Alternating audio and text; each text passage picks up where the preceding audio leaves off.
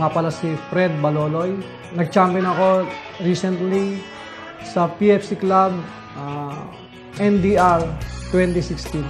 Ito nga pala yung yung trophy na napanalunan ko sa PFC. This recent NDR race, first overall. Mas masarap yung pakiramdam nung nalaman ko yung dumating ibon ko na i-clock ko siya.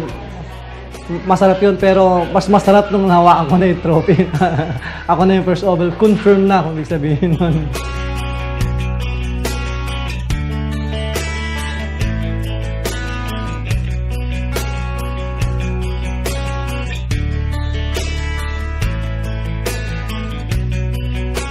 Well, nagsimula akong magkalapati way back 2012, January. Sabi ng anak ko, Dad, gusto ko ng kalapati. Siya si Patrick, yung second child ko na nag-introduce ulit sa akin sa pagkakalapati. Ito yung pinaka-gusto kong kalapati kasi hindi man siya yung memorable na napunta kay Daddy. Siya naman yung makulit na bumababa sa amin para sabihin na, pakainin mo na yung kalapati mo kasi gutom na nauuhaw na. So, ito yung the best niya para sa akin.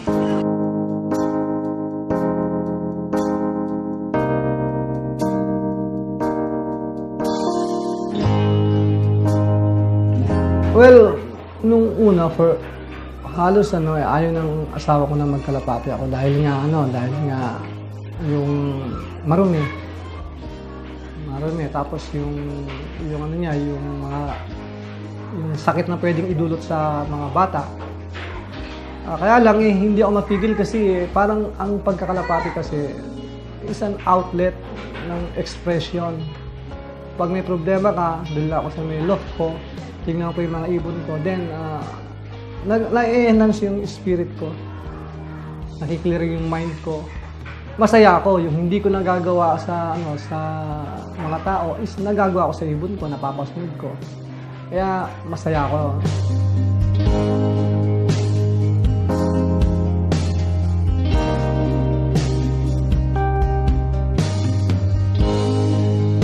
Nilalagyan ko siya ng yung kulay puti, kung mapapansin niyo. Ito yung tatawag na apog sa Tagalog o limestone in English. Para mainit kasi ito pag nilagyan mo siya, ang tendency niya, yung mga itlog sa mga tae ng ibon is papatayin niya. At the same time, pag ang remain niya, lilinis puputi, mawawala yung dumi. Hindi siya didikit.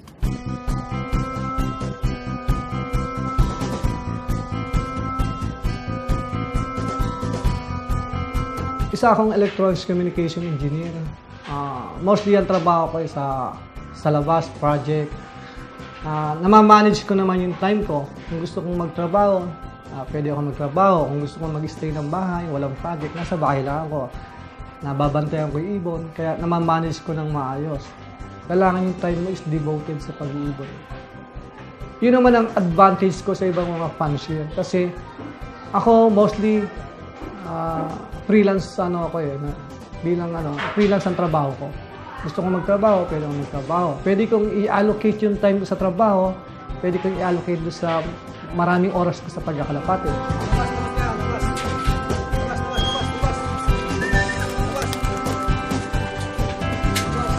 Well, sa isang pagkakalapati, yun ang pinakamasarap na pakiramdam na hindi mo pwedeng maikumpara kahit kanina.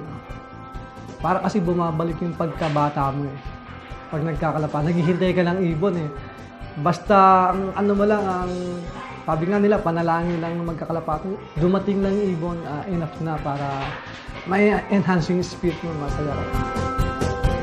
Pero sa mga newbie, kailangan kayo, maging, unang-una, andyan na internet maging well-versed kayo, maging open-minded kayo, magbasa kayo sa internet. Huwag kayong makikinig kani-kanino.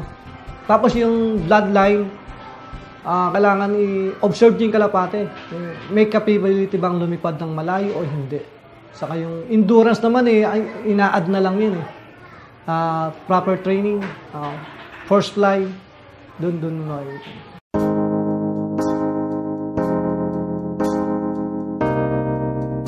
At this my age, parang yung magandang expression ng buhay yung pagkakalapate. walang estado, mahirap ka man, mayaman, masarap ng pakikisama. Pag nasa club ka, masaya kahit na maraming problema. Yun ang nagustuhan ko sa pagkakalapati.